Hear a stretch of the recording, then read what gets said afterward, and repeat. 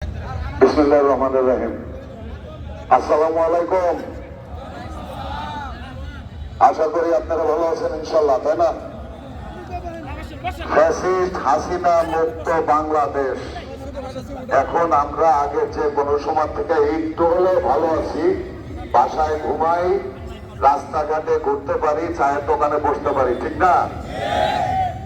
তো আগামীতে ইনশাল্লাহ আমরা যে জন্য 16 বছর কষ্ট করলাম, আন্দোলন সংগ্রাম করলাম, জেল খাটলাম, বাড়ির থেকে পালায় থাকতে হইল।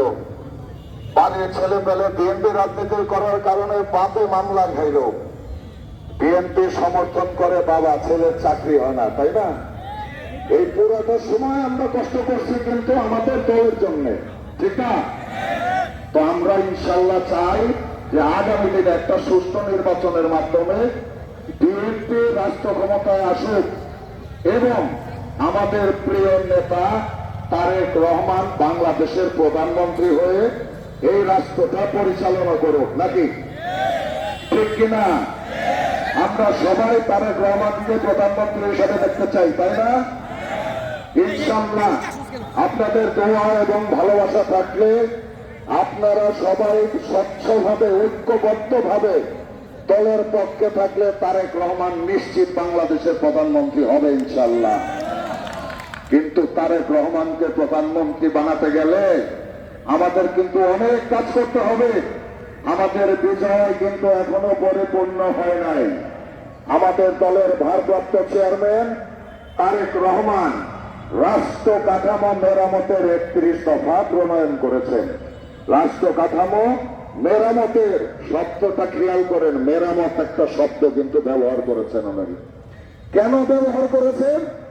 কারণ এই ফ্যাসিস্ট হাসিনা এই বাংলাদেশ প্রতিটা জায়গায় ব্যবসা বলেন, বাণিজ্য বলেন, চাকরি বলেন, অফিস আদালত যেটাই বলেন, দুর্নীতি, দলীয়করণ, আত্মীয়করণের মাধ্যমে ধ্বংস করে দিয়ে গেছে।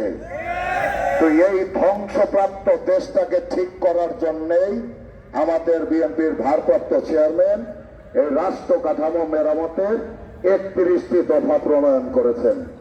এই 31 দফায় এই বাংলাদেশের প্রতিটা শ্রেণী পেশার মানুষের কথা যেমন আছে, এই রাষ্ট্রের প্রত্যেকটা যে ব্যবস্থাপনা নষ্ট করে দিয়ে গেছে সেটা ঠিক করার কথাও তেমন আছে। এই রাষ্ট্রটা যদি আমরা পুনর্গঠন করতে চাই, শহীদ জিয়ার সোনার বাংলা বানাতে চাই, তাহলে আমাদেরকে 31 দফাটা প্রণয়ন করতে হবে।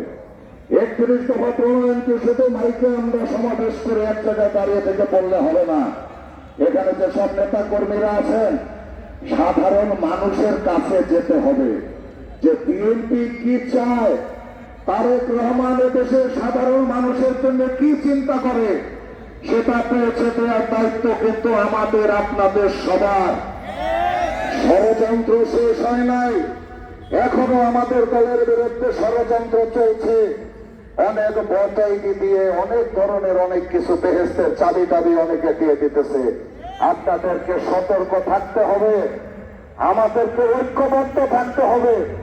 আমাদের সাধারণ মানুষের কাছে যে জনাব তারেক রহমানের 31 দফা নিয়ে কথা বলতে হবে। আপনার ভোট আপনি দিবেন, কেন দেবেন সেই জিনিসটা তাকে জানাবেন। যে বিএনপি যদি রাষ্ট্র পরিচালনার দায়িত্ব পায়, তারেক রহমান বাংলাদেশের প্রধানমন্ত্রী হলে কি কাজগুলো করবে সেই জিনিসটা আপনাদের আমাদের সবার বোঝাতে হবে। আমি এখানে যেসব যুব দলের নেতা কর্মীরা উপস্থিত হয়েছেন তাদের উদ্দেশ্য করে বলি, আমাদের দলের যুব দলের কেন্দ্রীয় নির্বাহী কমিটির সংগ্রামের সভাপতি আব্দুল মনির মুন্না এবং বিপ্লবের সাধারণ সম্পাদক নুরুল ইসলাম নয়ন সারা বাংলাদেশে কিন্তু 31 দফা নিয়ে কাজ করছেন। এবং আমাদের প্রতিটা নেতা কর্মীর প্রতি নির্দেশ, বিএনপির ভারপ্রাপ্ত চেয়ারম্যান তারেক রহমানের মেসেজ সাধারণ মানুষের কাছে পৌঁছে দেওয়ার। আমরা সবাই ঐক্যবদ্ধভাবে আগামীতে আজকে থেকেই যার যার জায়গায় ঘরে ফিরে যে নতুন উদ্যমে দলের জন্য কাজ করব।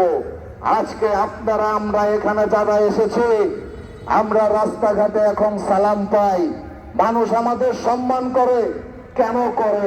আমরা এই দল করে শহীদ প্রেসিডেন্ট জিয়াউর রহমানের দল, খালেদা জিয়ার দল এবং তারেক রহমানের দল। দল আপনাদের আমাদের সম্মান দিয়েছে, এখন আমাদেরও দলের প্রতি কিছু দায়িত্ব আছে।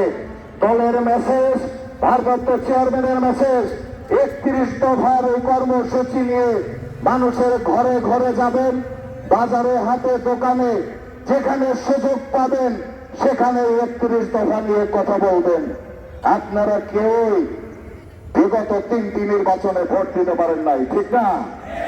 এই ফ্যাসিস্ট হাসিনা সরকারের সময় মিউজিক্যাল চেয়ার সার্কাসের মতো সিঙ্গারে খালি এমপি পরিবর্তন হতো, একবার এই দল, একবার ওই দল, একবার সেই দল, কিন্তু তারা সবাই রাতের বেলা হাজির হতো এবং সকাল বেলা এমপি হতো।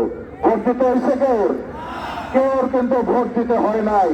কিন্তু আপনারা চিন্তা করে দেখেন, 91 থেকে 96, 2001 থেকে 2006 আমাদের বিএনপির যে প্রার্থী ছিলেন, আপনাদের প্রিয় নেতা শামসুল ইসলাম খান নয়াদাগা আপনাদের এমপি ছিলেন, মন্ত্রী ছিলেন।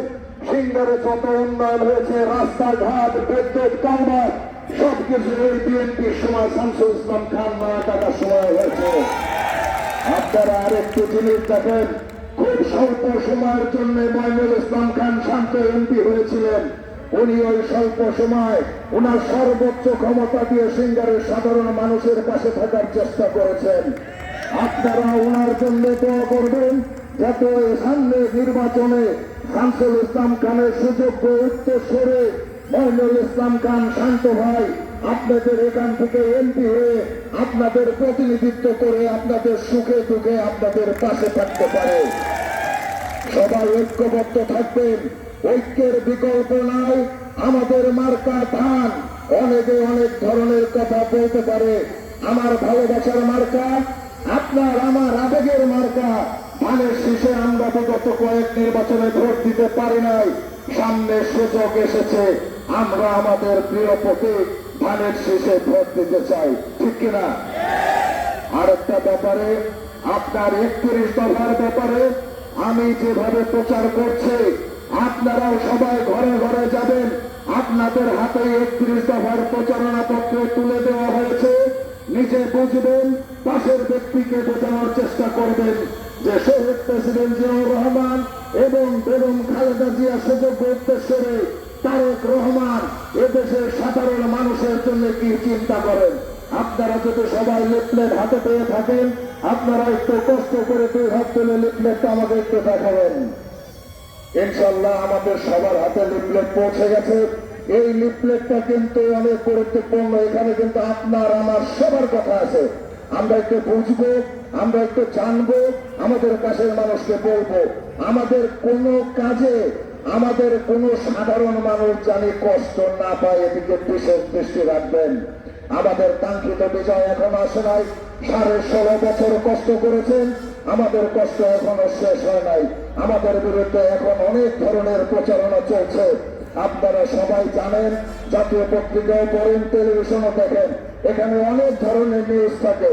আর আমাদের তরুণ প্রজন্মের নেতৃত্বের প্রতি আমার থাকবে, আপনারা ফেসবুকটাকে নিজেদের কাজে ব্যবহারের থেকে আমার দলের প্রতি আপনারা ওটাকে ব্যবহার করবেন দয়া করে। আমাদের একটাই দুর্বলতা, আমাদের ছাত্র স্বেচ্ছা যুব দলের অনেক নেতা কর্মী ফেসবুক ইউজ করেন, কিন্তু দলের পজিটিভ জিনিসগুলো আপনারা তুলে ধরেন না। আশা করি আগামীতে আপনারা সবাই এই সোশ্যাল মাধ্যমে দলের পজিটিভ ভালো দিকগুলো তুলে ধরবেন। যে ধরনের মিথ্যা অপবাদ দেওয়া হচ্ছে তারও প্রতিবাদ করবেন ইনশাল্লাহ। আমি আর বক্তব্য দীর্ঘায়িত করবো না, এটুকু বলে আমি আমার কথা শেষ করছি। শহীদ প্রেসিডেন্ট জিয়াউর রহমান অমর হোক, দেশনেত্রী বেগম খালেদা জিয়া জিন্দাবাদ।